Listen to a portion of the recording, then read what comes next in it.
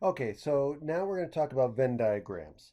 To visualize the intersection of sets, John Venn in 1800 thought to use overlapping circles building on a similar idea used by Leonard Euler in the 18th century.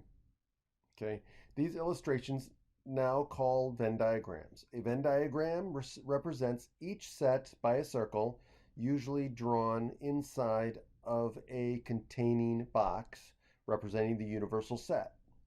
Overlapping areas indicate elements common to both sets. So basic Venn diagrams can illustrate the interaction of two or three sets. So if we look at example 9,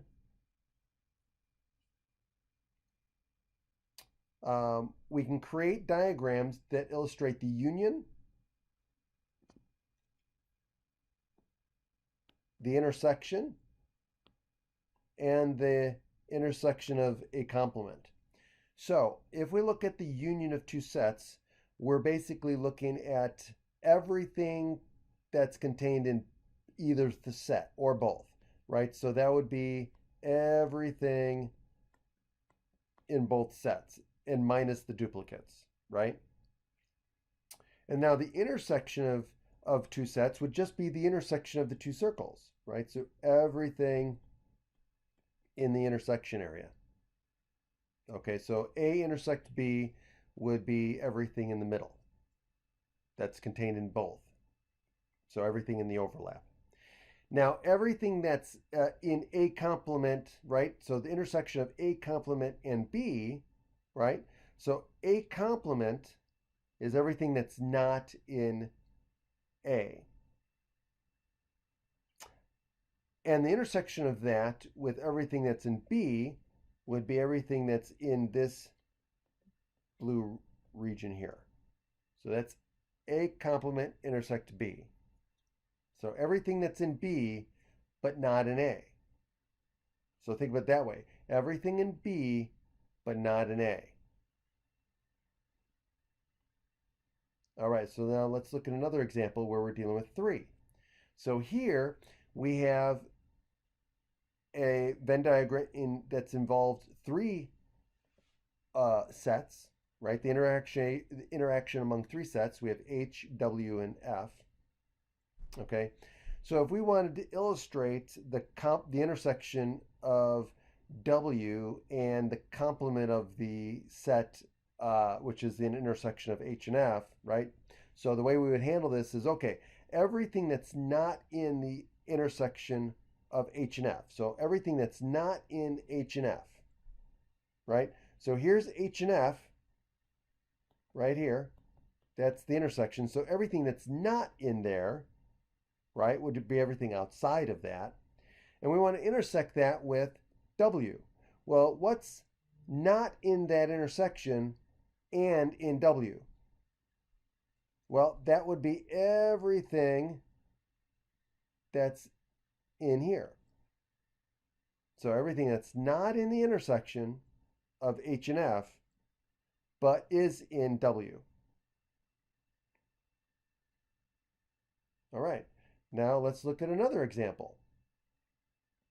It says create an expression to represent the outlined part of the Venn diagram. So, okay, so here's the thing. So, what do we have here? We have the intersection of H and F, but not all of it, right? So we have the intersection, right, of H and F. So intersection of H and F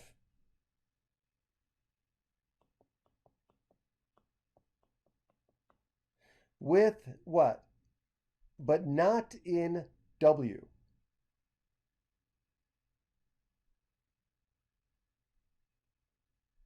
So the intersection of H and F, but the complement of W. So intersect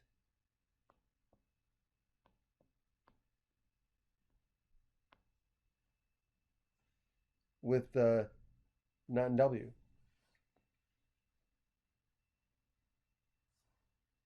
Okay, now let's do another one. Let's try it here. Create an expression to represent the outlined portion of the Venn diagram below. Okay, so here we go. Uh, how about this? The union, right? We're taking the union of B. So just think about the union of A and B. That would be this, right? Everything in red. Okay, so let's take A union B.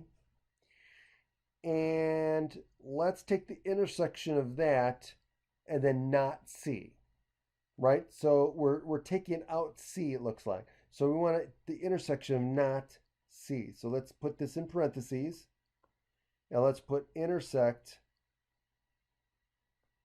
not C. So C complement.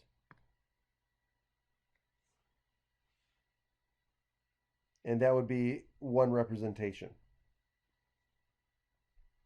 All right. That's it. We'll come back and we'll talk about cardinality